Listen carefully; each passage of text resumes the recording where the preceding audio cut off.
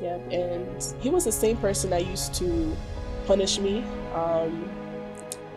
If, let's say, I get in trouble, he would tell me to go sit in the closet to get away from everyone. And that's why I say, like, when it comes to stress, I disassociate myself, because that's what I was trained to do. Yeah. That when you get in trouble, when you're going through something, you have to stay away. Because I was always told to go away, go sit somewhere, go basically hide somewhere until I'm okay, or I stop crying, things like that. So it all just kind of built up.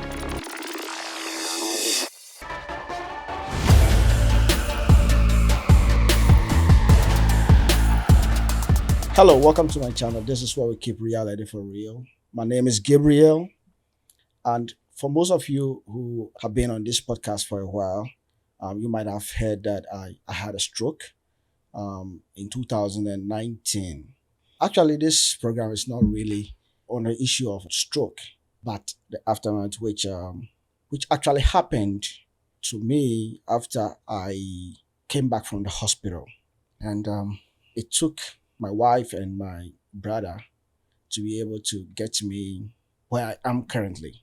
I was thrown into depression, and I didn't know actually I was depressed. Today on this podcast, I have a guest who has also witnessed or has also gone through the same thing of depression. Depression is a major mental health issue, especially in America. And most of us, especially those of us who come from Africa, we don't really know so much about it.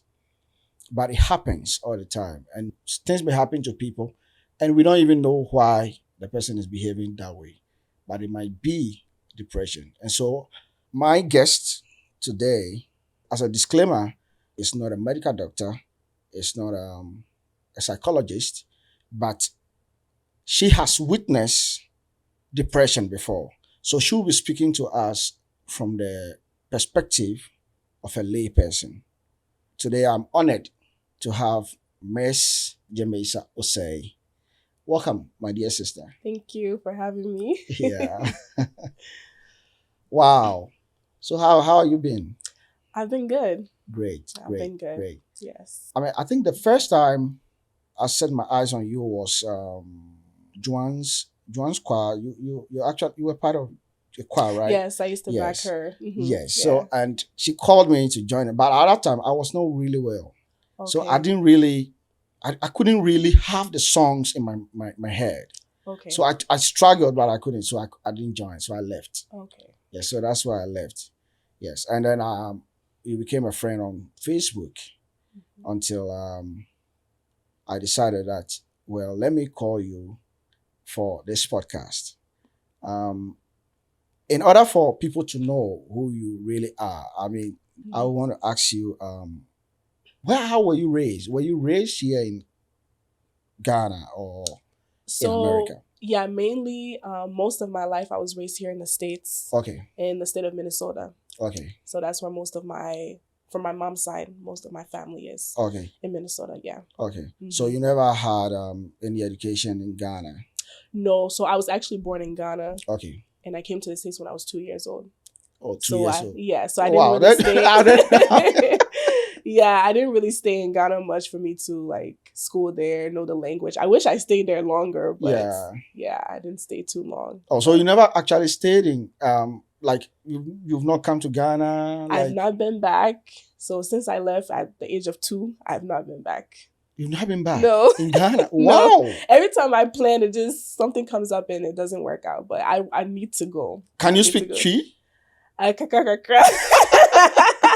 But no. Debbie. Wow. I mean, because 2 years, you were very young. Yes. Very young. Yes, yeah. Yes.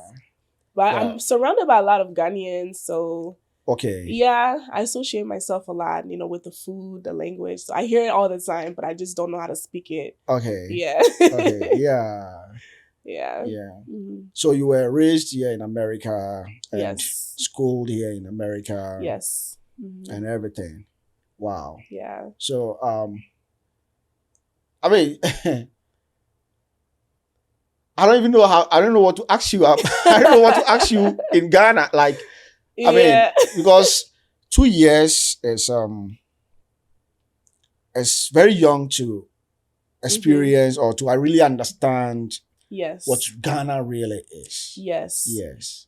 Yeah. And I'll say this, the main reason that I was even born in Ghana is because so both of my parents are actually Liberians. Okay. They're from Liberia. Liberians. Yeah, they're from Okay. Liberia. Okay. So during the time, there was a war, a Okay. civil war that Oh wow. a lot of, Liberians traveled Sierra Leone, like everywhere around, Liberia to try to get away from the war. Okay. Yeah, I think it went on for, if I'm not mistaken, 14 years, Mm-hmm. something like that. Yeah. Yeah, so Yeah. that's how my parents relocated to Ghana, through the refugee program. Mm-hmm. And yeah, so I was born here. So where do you come this Osei from?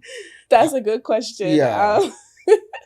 So I don't really know so much whether other tribe also have a name like this Osei Yeah. apart from the Akan people. Hmm. I mean, Ashanti and then the Yes. Kwawu and all those people. Yeah. Yeah. So I would think that you are an Akan or something like that. Yeah. I don't know if I want to speak on this. So I got the last name from my ex-husband, who was a Oh. Ghanaian. Oh, okay. Oh, okay. Oh, wow. So I still kept the last name. Oh, okay. Some people feel some type of way about it, but to me, it's not really a problem. I don't know. Yeah. I have my reasons of keeping my last name. Okay. But yeah.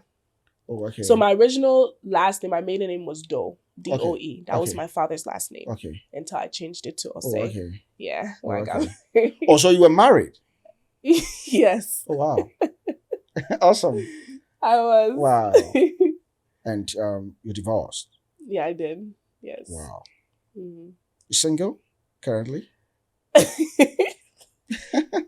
For the time being, yes. Okay. Yeah. Uh-huh. For those of you who are on the podcast, for the men, the guys, well, I don't know because I asked her whether she's single and she says she's single. So I mean, you can contact me. Single but not searching. She says she's not searching No. anyway. Yeah. I was I really noticed you because of your prayer life. Okay. Yes. Yes, My prayer filtered worship and a music life. Yeah. Because I like music. I really like music. Okay. I was actually, I mean, I do a little bit of music. Yeah. So,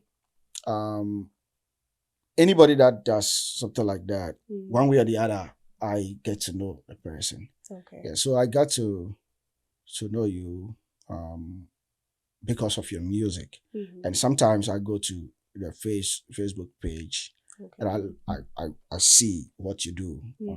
But you don't know about because on Facebook I know that a lot of people come on my page to come and see what is happening. But yeah, you'll not yeah, know. so I can tell you that I go to pages and then check and see people what people are really doing. Yes, and I can see that you are a very prayerful person, and you do a lot of music as well. Yes. Did you school right here in Ohio or Minnesota? Minnesota, and then my last couple years graduating high school, it was here in Ohio. Okay. Oh, okay. Yeah. Yeah. And so, what about university? So I'm currently going for my bachelor's right now. Okay. So I am in a university. Oh, okay. Right now. Yeah. Oh, okay. Great. That's yes. good. That's good. But you work? Yes. Because America. You have to work. You can survive. Yes. Yeah. And your parents also live here in America? Yes. So yeah, my mom and my stepdad is here. Oh, okay. And then my real dad is in the UK currently. Oh, okay. Yeah. Oh, okay. Oh, nice. Yeah. So they are still alive? Yes, still alive. Right. Yes. Wow. We were talking about depression. Yes. And so I wanna ask when and how did you get into the depression? Because I mean honestly, I didn't know so much about depression Yeah. until I found myself Yeah. into that. You have And I to be didn't in know. it. Yeah, you have to be I didn't in it to know know. until after I came out of it. Yeah. Before I realized that, oh, this is what really happened to me. Yes. Yes. It's real. And it's really, really, really painful. Yes. You don't really, you may think that you were doing the right thing. That's what you were thinking. Yes. But later on, you realize that you were actually off. Mm-hmm. So how did you get into it? What really happened? So now looking back, I Mhm. would say it all tied down to childhood trauma. Oh, okay. Because what happened to me when I was young, it affects me now as an adult because certain things I didn't deal with in my childhood. Wow. So now, like how to handle like situations, handle stress, I didn't know how to do it. So I would kind of disassociate myself away from people, isolate myself away from people, and just be in my corner. And I, like you said, I thought it was right. I thought that was the right thing to do.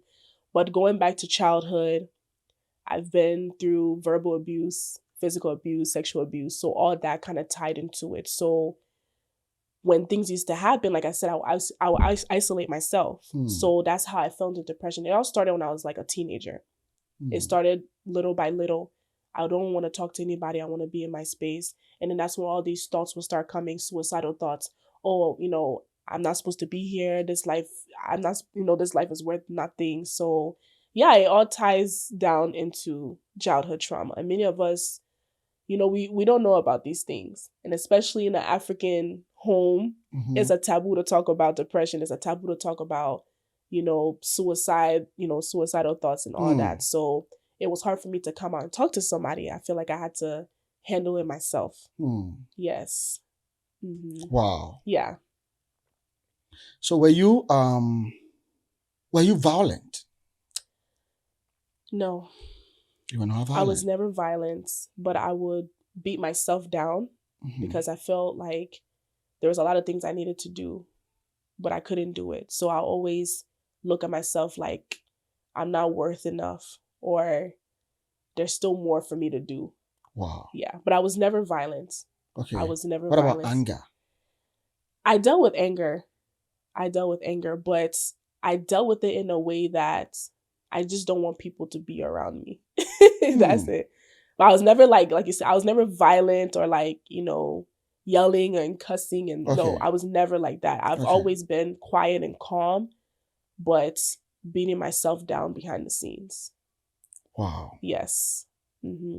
Even up to now, I'm not violent. I'm not a violent person. Yeah. People that know me, they'll be, oh, Jay's so quiet. She's so to herself. But yeah, when I deal with things, it's like I have to deal with it alone. And that's like the worst, dealing with things alone.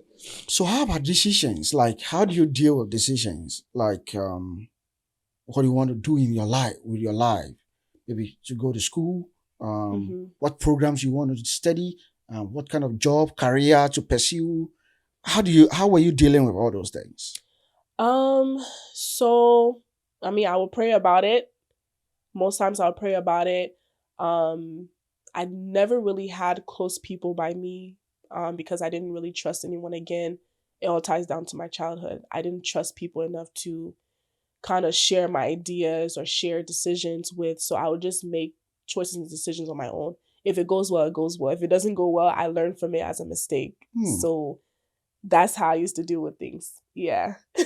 Okay. So, a lot of people have gone through these things. Yes.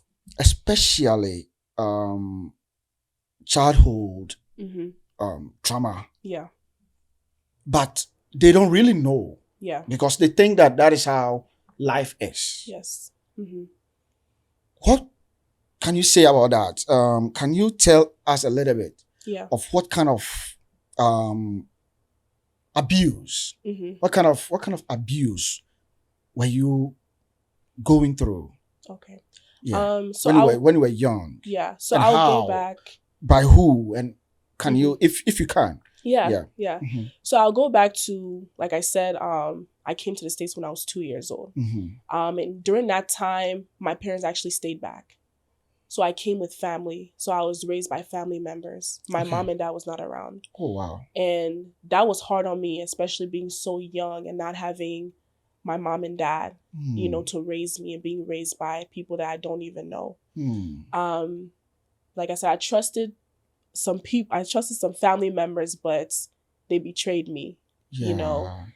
Um, Going back to a situation with the physical abuse, I was 3 years old. I had a cousin who was in high school at the time dealing with drugs and alcohol, smoking weed. Wow. So he had temper, he had Hmm. anger, Hmm. and he was always fighting in school. So I remember one time he came home. I was there with some cousins, younger cousins, was playing. Yeah. At the time, I was still learning to potty train, so I Yes. didn't go to the bathroom on my own. I used to wet myself and everything. So there's one time he came home and I wet myself, and he got so angry. Wow. The beatings I took that day, Wow. he beat me. Yes, beat me. I was swollen everywhere, and just three. And I was very small. I didn't really With eat three. much. I didn't eat much, so I was very small. Beat me to the point I fainted. Wow. Yes, and if I can remember, I think they even had to take me to the hospital. I don't remember, but yeah, I fainted. I couldn't stand. An aunt came, saw me. She started crying because of how severe it was. Hmm. So that was my first like The experience with first physical abuse. experience. Yeah, at the tender age of 3 years old. Wow. Yeah, And you were young, so you very young. cannot Yeah, report to anybody. yeah. All because I wet myself, but I believe he was high. He didn't know, but yeah, that just angered him so much. I took beatings for that. Wow. Yeah, And it's still there. It's still alive. yeah, yep, yes, What? yeah, hmm yep. And he was the same person that used to punish me. If let's say I get in trouble, he'll tell me to go sit in the closet to get away Hmm. from everyone. And that's why I say, like, when it comes to stress, I disassociate myself, because that's Hmm. what I was trained to do. Yeah. That when you get in trouble, when you're going through something, you have to stay away. Because I was always told to go away, go sit somewhere, go basically hide somewhere until Yeah. I'm okay, or I stop crying, things like that. So it all just kind of build up. Yeah. So if we are talking about confidence, did you have it? I didn't have my Or do you have it? confidence. Now I do, Yeah. but I didn't gain confidence until I think I was over 20. Hmm. I was dealing with a lot of low self-esteem, Hmm. um, a lot of like, I didn't like my body. I didn't like anything about my life. Hmm. I used to try to be like other people in school because of me thinking like they're better than me. So I Yeah. struggled a lot in my childhood. I understand. I struggled a lot. Yes, I did. And so your parent actually got to know about it, or they Um, never know. I mean, they told my mom. So after some years, my mom came, Mhm. and then my dad stayed back, and then they went through their own thing. They separated, and my mom got remarried. But when my mom came, she was a single mom with me. So I mean, I think they told her a little, but by that time, it's already happened. It was years before she came Hmm. to me. So I mean, there was really nothing she could do. That's my cousin. We're all staying in like a family house, so there was nothing that she could really do. But they told her about it. And Yeah. no therapy, nothing. Mm-mm. So you had to deal with it by I yourself. had to deal with it by myself. Yes, I had to deal with it with myself. That was physical abuse, sexual abuse too. I went through it. Sexual Same abuse. by family member. Yes. Can you tell us? Older uncle of mine Mhm. sexually molested me at the age of 7. 7 years old. Yeah. And I went through that too. Can you elaborate it a little bit? Yeah, so when Oh. my mom came Mhm. and, after working and saving up, she found her own place. Like I said, we're in a family home, and there was an uncle that really favored me, and I Mhm. was his favorite. Yeah. Like out of all the kids, I was his favorite. I was the beautiful one, most beautiful one. I was the most calming. Every time he goes out, he wants to take me out with him. Like Mm. he just got so attached to me. And Yeah. me thinking, oh, okay, yeah, this is my favorite uncle. He'll always bring me candy. Like Yeah. I like that. I built a close relationship with him. But not knowing he had evil this whole time. Wow. This whole time And you were planning just evil. 7. I was just 7. Oh God. So my mom was also staying in a family home, and she moved out because now, she saved up. She wanted to start her life with me. Like I said, she was a single mom. And then this uncle wanted to stay with us. So he convinced my mom. My mom agreed to it.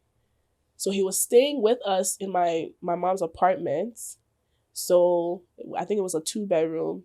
And there was this one particular day that my mom went to work. Before she left, she made breakfast for me and everything. She's like, oh, I'm going to work. Here's food. If your uncle wants food too, here's some breakfast. Yeah. I said, okay. So usually when she goes to work, the area we're staying, I had a lot of friends, little cousins that I used to play with. Yeah. So I told her, okay, I want to go out to play until you come back. Yeah. So she said, okay, before you go out to play, make sure you eat and everything. Tell your uncle too, I'm leaving for work. So that day it was only me and him there. And wow. He was in his room and I was in my room. I went to go shower before I went out to play. And I was showering. He came in the bathroom and I was like, oh, no, Uncle, I'm in the bathroom. I'm showering. You can't come in here. He's like, oh, I just want to use the bathroom. So he used the bathroom and he left. And then when I went to my room or my mom's room, he came in there again the second time. I'm like, oh, no, Uncle, I don't have any clothes on. Please, give me some space. I don't have any clothes on. So then he left. And then I was, sitting on my mom's bed, putting on cream and everything. He came in again. The third time. And it's like he was, looking back now, it's like he was planning. He knew what he wanted to do. He was planning it just to see how, things were. So I was putting on cream. He came to sit by me on the bed. He's like, oh, can I help you to put on cream on your body? Imagine 7 years old. 7 years old. Can I put cream on your body? I'm like, no, I already felt like something was off. Yes. But I didn't think about it that way because, again, that was my favorite uncle. I didn't think he would hurt me in any way. I trusted him. So I think he was just trying to play around or, I don't know, be funny or anything. But I was like, no, I don't need help. He still took the cream, was rubbing on my legs, everything. I pushed him away. I said no. But again, all I was thinking was, I want to go play with my friends. So I was sitting, and then he came on top of me, pushed me down. What? Came on top of me. Yeah, pushed me down. And he was like playing with me, touching me. And I said, I don't, I started saying no, no, no. I started like yelling loudly. And then he was like, oh, no, no, it's okay. I'm here to protect you. I just want to make sure you're okay. Like, just trying to entice me more. What? Yeah. And he was in his 50s. 50? Yes. Very old. He was, in his 50s. Yeah. And then he started like playing with me more. And he did not like penetrate or anything, but he was like playing with me. So I started yelling, and I think I yelled loud. So he got off of me, but nothing happened. But he sexually molested me. Wow. Yeah. Yep. So I just, sometimes I hear some of these stories far away. I've never had anybody tell me these life stories like this before. So sometimes it's like, well, some of these things I feel like, well, it's not close to me. So, until you are saying these things. It happens. We just in don't America, talk about it. Yeah. It's just hard to talk about because even after, I didn't talk about it until I was 17, 10 years later. That's when I talked about it. Wow. Because I thought nobody will believe me. It's family. Yeah. They'll think I'm lying. And especially in an African home, when young girls get molested, the first thing, oh, what were you wearing? How were you behaving around these, your uncles? Yeah. And that's why it's so hard, but it happens a lot than people think. That's really It's just true. people are not coming out and talking about it. And the saddest part is family. Yes. You know, it's not like a stranger. It's Mhm. family. It's happening in the home. And people are not talking about it. You know, they have this thing in Africa. It's like what the older person says is the truth. Yes. So when a kid is saying something, they don't really pay attention to what the kid is saying. Yes. What? Wow. So, you have really gone through a lot. I have. So physically abused at 3, sexually abused at 7, and then verbal abuse too kind of went on within the home. You know, yeah. Can you tell us? When I say verbal abuse, just, you know, talking about how I'll grow up to be nothing, that this cousin was better than me, or this person's future in life would be better than me. Started bringing my mom into it. Oh, you know, your mom came from this village. You know how Africans are. Yeah, they didn't really like my mom. Oh, your mom will grow up to be nothing. You'll be just like your mom. Just stuff like that. Yeah. And you know, that really affects young people. Yes. Kids. Yes. You know, when I was young, there's this, you know, there's my head. There's this a little bit, I don't know how to call it. Like a bump. The bump, a little bit of my back. And everybody in the house says that I have a bad head. And they call it you have this a bump on your head and all that. But they never knew that it's really affecting me. You know, so I always have used mirrors to check if it's really I have a bump or maybe it's coming down or something like that. You know, and I've been looking at it. Every time I've been looking at it until I grew up and I realized that it's not. So and it's little thing that you say to kids. Yeah, affects them. Affects them. Yeah. Affects them. And so for those of us who are watching on this podcast, you have to be very careful the way you speak to kids, especially your children and other kids, you know. Teachers, when you are a teacher, be very careful the way you speak to kids or say the things to kids. It may destroy their future. It may destroy their confidence, you know, may destroy their confidence. They may think that they had nothing, you see.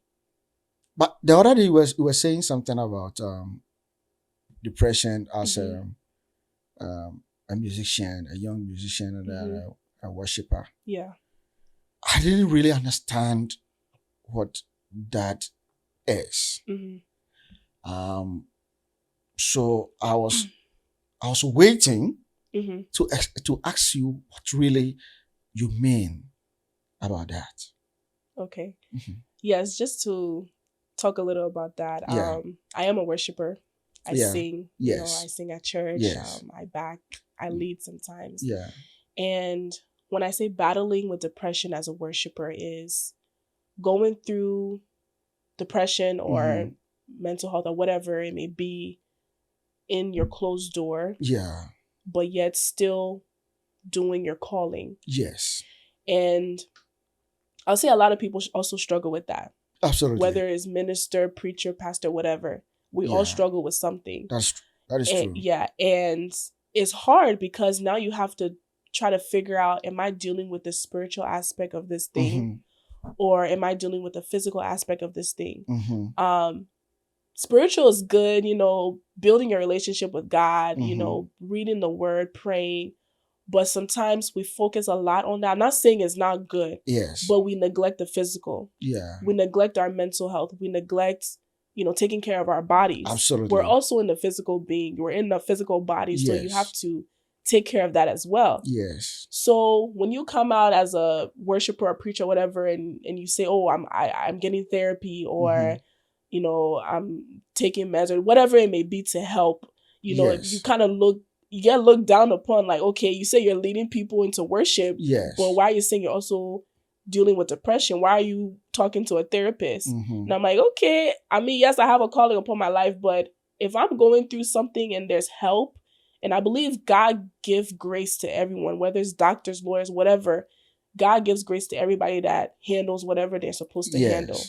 So if I have I have a therapist now Mm-hmm. that, Okay. I'm going through therapy Oh, now. okay. Yes. Okay. That's great. So it's been helping. It has. Yeah. It built my confidence. It kind of makes it easier Yeah. to talk about things I went through because I'm not familiar with this person. But Yeah. imagine if I'm talking to like a family or like a friend, Mm-hmm. they're too familiar with me, so I'm not able to open up as much because true. I'm like, oh, I don't want them to judge me. Yeah. But having a therapist, it's been helping. Like we have gone back. Like I said, we've talked about all my childhood stuff. Okay. Like I said, I mentioned when I was 3 and 7. Yes. And there are some things that she told me, and she's also a Christian too.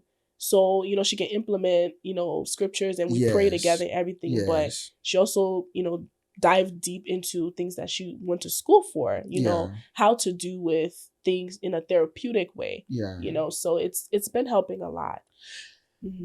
Sometimes in this church, and then especially you are musicians, you'll be in a choir or something like that. Sometimes some colleagues may say something about you. For those people who are not really struggling with things like that, they don't really care. They just sometimes they will also say whatever they want to say and then they go away. But if you are somebody who's struggling with that, because they don't really know that you have this thing, that brings you back from what you need to do. Have you ever struggled with such a thing? Yes. I went to go minister somewhere, and one of the people that I was with in the group, they were discussing something, and it kind of took me back to my childhood. Yeah. And she was talking about, I think I mentioned the same thing earlier about how, girls are not supposed to be wearing short things, inappropriate things, because that's how they end up being, sexualized. And I stood up and I'm like, it's not about that. It's about the mentality of those who are looking at these young girls in such a way. So me and her kind of got into it. It was at a worship session though, but whatever she said, it really took me back, because it's like, I'm 7. So are you telling me that me wearing shorts, going out to play, that will cause a man to do what he did and is right? Like, it doesn't make sense to me. So I went off on her. So things like that, I struggle with a lot. Yeah. And it kind of like took me out of my whole, worship mood. Absolutely. But I'm like, no, I have to speak on it. Before, I wouldn't say anything because it's like, I don't want people to know this happened to me. But I kind of struggling. Yes. I kind of grew out of it. I'm like, hey, this is what happened to me. I've overcome these trials, and I am who I am today because of what I went through. So when people take a look at Jade, they're like, oh, she's so bold, she's so beautiful, she has confidence. But what I had to go through to get to where I am today, is by the grace of God. So have you also struggled with we've actually spoke about confidence, but then I want to ask you if for interviews, like if you're going for interview for a job, do you struggle things like that? Now I don't. Before I did.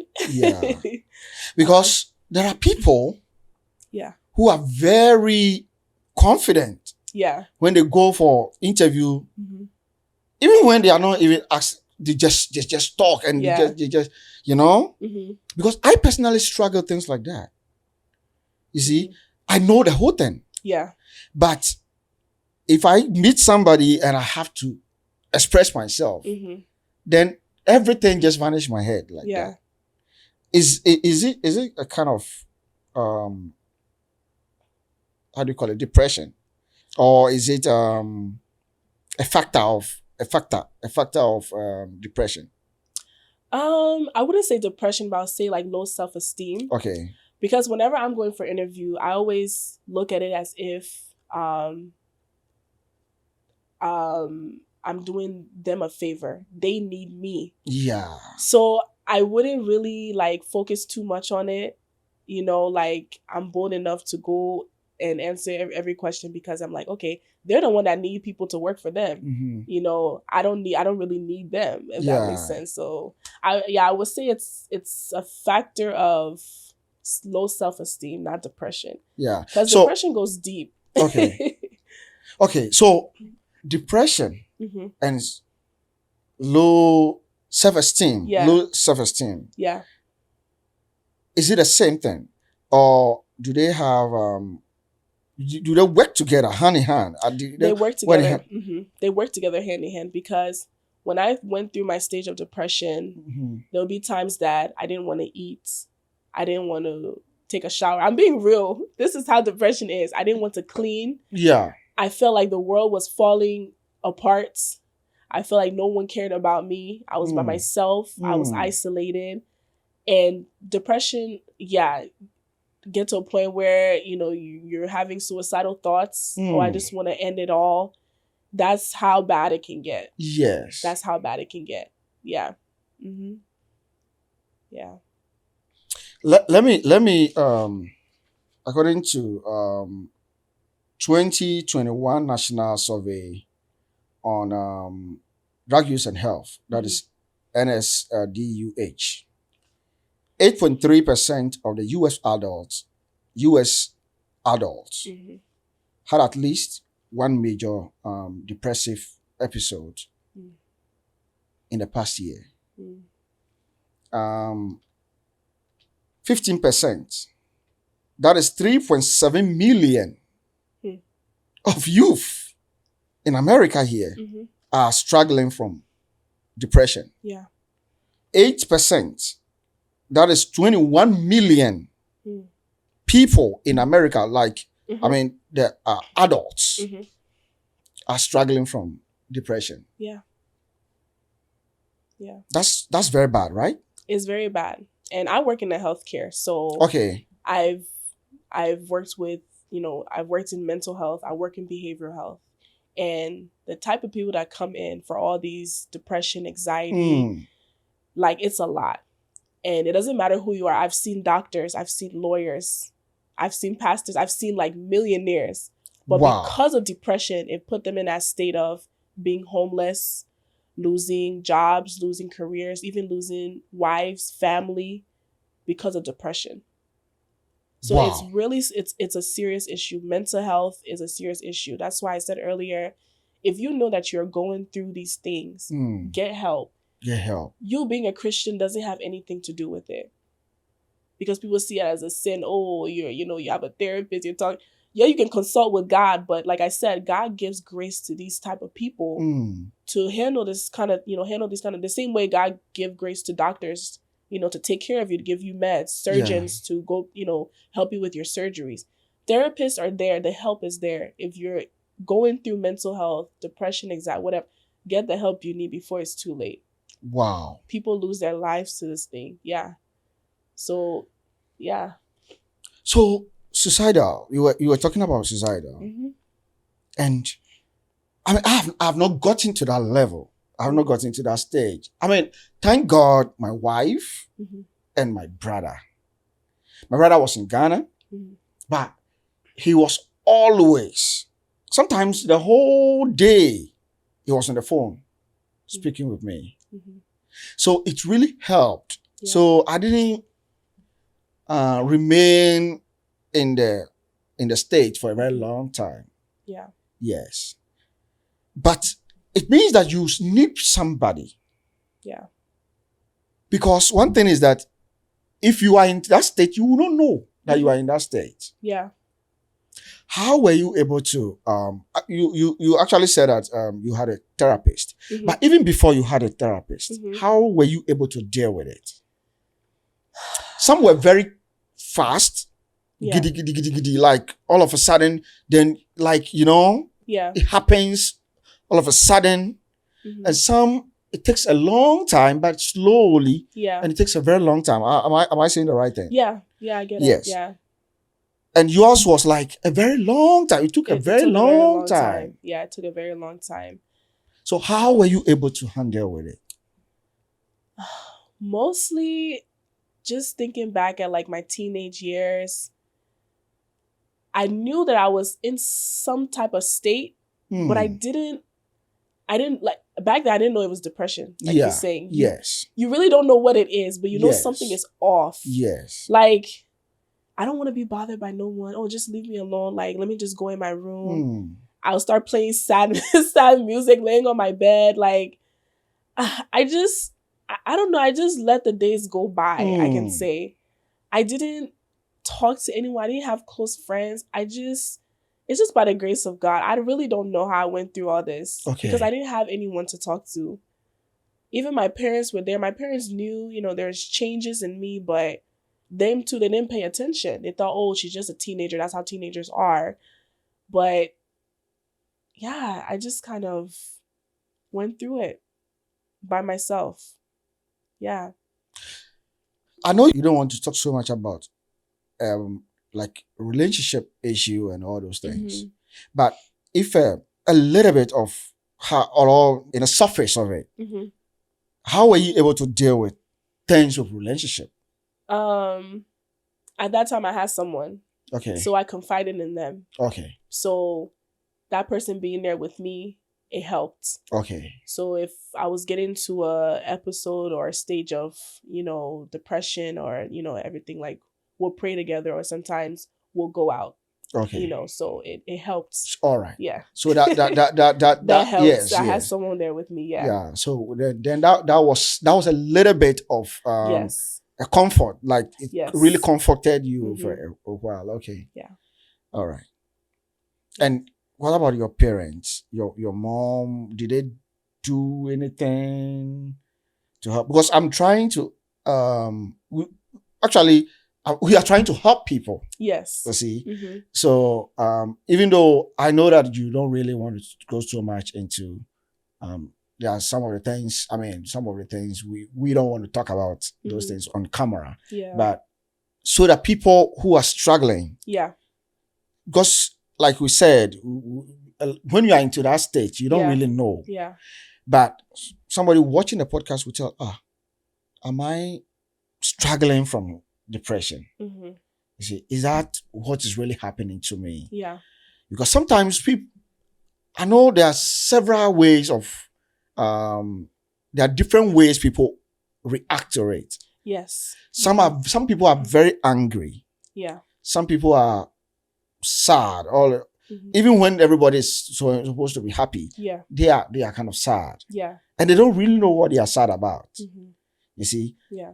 Sometimes very angry that they can be very violent, and everybody will be surprised. Like, Adia, what you said is not even something that they should act like that. But before you realize, it will turn into something else. Yes. You see? And then when they get back home or they are in their quiet corner, they begin to ask, why did I act like that? Yeah. You see? So like, I'm asking those things so that people will be able to know that depression is really real. Because honestly, I didn't know what depression is until I came to America. You see? It's not common in Ghana, yeah, but Africa, it's happening. It's not common, it's happening to people, but they don't really know what's really happening. Yeah. I have seen I was going through Facebook and I saw some people that I know back home in Ghana. And so I saw one guy who, when we were in Ghana, I know that he drinks a lot. But now you can see that he has really changed. You can tell that you can say that this guy is now a drunk, you see. And you ask yourself, why did a young man, why did the person get to that level? Why, when he can drink and even forget about himself? Sometimes it might be depression. Is that it? Yes. Yep. It ties down into addiction as well. It all ties together. Yep. Oh, yes. Then depression is a serious thing. It is. Yeah. So you asked me a question, and I'll say some of the things I noticed is things that I was interested in, I started losing interest. Even with the singing, with music and everything, I didn't even want to sing again. Yeah. I stopped going to church. Wow. Yeah. Because I'm like, what's the point? I lost interest. And I used to like to draw and stuff. I stopped doing that. Wow. Always in my room, just laying and thinking. And I would say when you get to that place too, the enemy begins to whisper things in your ear. So that's another thing I was struggling with. You're not good enough, just end it all. There's nothing good in life for you. Like, I was hearing all these things. Like I say, it's by the grace of God I went through this alone because I didn't have anyone. Wow. Yeah. Yes. I lost interest in everything that I love to do. So, interest. That is something that I have not even thought about. So, depression can really kill your interest in everything that you are doing. Yeah. So career. So if you see that you're so much in love with something and you know it's part of you, but you start seeing yourself back away from it, that means something is going on somewhere and you need to, start looking around to see what's going on. Yeah. And like you were talking about drinking and everything. Like I said, I work with these people, addiction. I work at an addiction clinic. That's where I work. Okay. So people struggling with drug and alcohol. So yeah, you will see these alcoholics or drug addicts. It all started from, again, trauma, childhood trauma. They get into depression, anxiety, and then they start taking all these meds. Wow. I've seen someone with like 30 pills that he takes. 30 pills? 30, yes. In a day? In a day, I'm telling you. Yes. For mood swings, for this, for that, for this, all because he didn't solve it at a early age or solve it early. That it got bad enough that now he has to be placed on pills to stabilize his mood, because sometimes he'll just go off. So all these things with mental health, it all ties into mental health. Yeah. So it's really bad. So can somebody recover if he has gone so bad? Can somebody recover? Yes. But it's easier when you have Christ. It's easier when you have Christ by your side. What? Yeah. Like I said, for me, it got bad. So has people who has really struggled in that stage, have they been able to recover? Yes. Yes. That he'll become a normal person and go back to their lives. People recover from it. That's why when you notice the signs, like I said, when you notice the signs, start from there. Don't ignore it. Don't ignore it, because it will get bad. For me, it got bad to the suicidal thoughts. Wow. I wanted to kill myself. I wanted to, so many thoughts, drive into traffic. Yeah. At that point, I didn't care about life. I did not care about life. I just wanted to end it all. Yeah. Taking pills, pain tablets. Yeah. Yes. Yes. Wow. Because when I'm in that state, I kind of look back at how my life started. Like, why did I go through all this at such a tender age? Like, God, did you really create me for a purpose? Like, what did you bring me on earth just to suffer? So all these things was going through my head. So when I say I didn't care about life, I didn't care about life. How I got saved, how I got out of it is by the grace of God. It's by the grace of God. Wow. And that's what keeps me going, with my ministry, with, what I do for God. That's what keeps me going, because I always say this: if the devil wanted to take me out, he would have taken me out back then, long time. I would have been dead and gone long time. But wow. God kept me. Yeah. God kept me. At the age of 3, when I got beaten, I could have died. It's so small, and imagine like a grown man hitting you and punching you and everything. Yeah. I could have died. Anything could have happened when I was sexually assaulted. Anything could have happened. I was 7. I was smaller. He was older than me, bigger than me. Anything could have happened.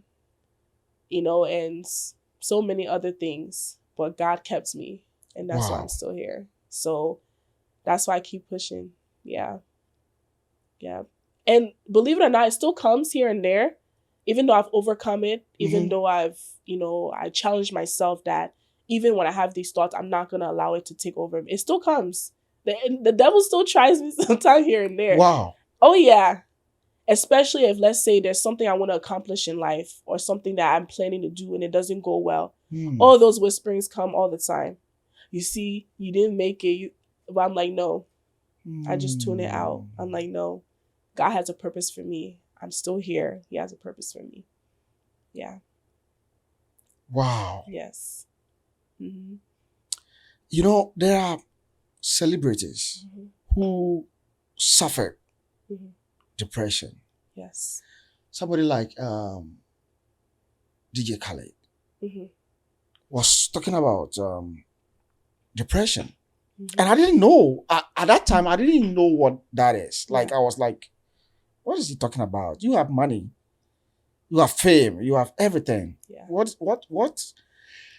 If I should ask, Mm-hmm. because I know you work, you work with something like that, Mm-hmm. or you are into something like that. Yeah. What will push a person, Mm-hmm. you know, somebody who's not sick, Mm-hmm. has money, Yeah. just has wife, Mm-hmm. you know, you have a relationship, Yeah. everything, that somebody can sit down and say, this person, he has everything, Mm-hmm. but still struggle with depression. Depression. What are some of the things that would force a person into that state? Mm-hmm. So many of the people that I talk to, because we also interact, we also have Yes. conversations with them. Like I say, it all ties back into this trauma thing. Some of them, I've been abandoned as a kid. My mom gave me up when I was a baby. She didn't want me again. I was put into the system, into child services.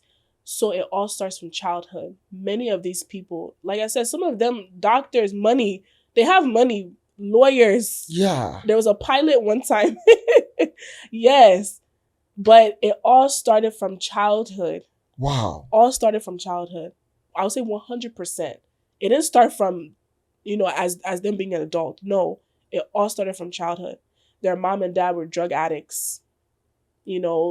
Taking, there was this one woman that her mom used to sell her just to get drugs. Have grown men sleep with her just to get drugs. Yeah. Yeah. So imagine what that does to a child, and you don't deal with it and you grow up. Now you feel like every man is just out there to use you. That was her thinking. So she was afraid of men. And that's what put her into depression. Because now she feels like, okay, I'm a woman, but why is it that I don't find myself being with a man? But she didn't deal with that as a child. Yeah. So that's what put her into depression. Now she feels alone because she's having the feeling like, I'm a woman, but why don't I have any attraction for men? Why do I just have this anger for men? Yeah. Wow. So it goes deep. Yeah. And she has a bachelor's and a master's. Yeah. Wow. Mm-hmm. But because of depression, she didn't, she lost her job. She wasn't working again. She was also on drugs. And that's the state that she's in now. She's in therapy, trying to recover. Yeah. So how long I know you are not a therapist directly. Mm-hmm. You work with something like that. Yeah. Mm-hmm. Yes, but you don't work as a therapist actually. Mm-hmm. Yeah. But if I should ask, Mm-hmm. how long does it take? Because you work there, so you might know how long it may take somebody to get recovered. Mm-hmm. So the first thing is the person have to accept that they need the help. Okay. So there's been a lot of people that will come into the program and they feel like they're ready to, be recovered and go through the program, but then they still end up going back because they haven't really accepted that they need help. So when you accept that you need help, usually we come in the program, if they're on drug and alcohol, usually they see a doctor, they have medications that they can be on to kind of help take that addiction away. And then they go through therapy. Now the therapy is, they have like sessions, like classes that kind of teaches them like coping skills. If you're angry, act this way, don't act that way. If you want to express your feelings, act this way, don't act that way. So that's kind of how it all goes. So some people may be in the program for maybe a year, maybe years, because they will go in, leave, go in, Mm-hmm. come back. Mm-hmm. So yeah, it's just a matter of pushing yourself and knowing that you need help and accepting that you need help. Yeah. Wow. Mm-hmm. So the therapist, Mm-hmm. do they prescribe medication? Sometimes, but they will go through the doctor. Okay. Yeah, they'll go through the Okay. doctor. All right. Yeah. All right. But there are a lot of people who are on like mental health type of medications to help with depression. With the medications, I'm a little bit, I don't know about that Okay. because, like I said, I work in the field. So even my therapist too suggested some type of medications to help with depression. But I'm like, I don't want to start taking these meds because mostly I notice some of these people, when they're on the medication, they either become worse or they feel like they need more and they become addicted to it. So I'm like, if God could take me through all this at such a tender age up to my adult age, I don't think medication would help right now because I've already, in my mind, I know that I've overcome it. In my spirit, I know I've overcome it. So me being on meds, I don't want it to mess up anything, for me to become worse. Because even sometimes when I take like pain medications, I feel worse than how I'm feeling, before I take it. So I'm like, no. She suggested like medications. I'm like, no, I don't want to be on it. Yeah. I think I understand what you're saying. Mm-hmm. Yeah, and I think that is true. Yeah. That is true. Yeah. Because if you might be addicted. Yes. And then you might not be able crazy. to. Yeah. Yeah. Thank you very much. Thank you very much. Thank you very much for coming. You might there are things that maybe I might not ask you, but maybe you want to say something. There's some other things that you wanted to say. Then tell us. Yeah. Yeah. So, like I said, just because you're Christian or, just because you're going to church or you read your Bible, if you know that you need help, please seek for help before it gets bad. Yeah. The title doesn't carry anything when it comes to your mental health. The title doesn't carry anything when it comes to, your body in general. That's why we do checkups to make sure that, we're also physically strong, physically okay.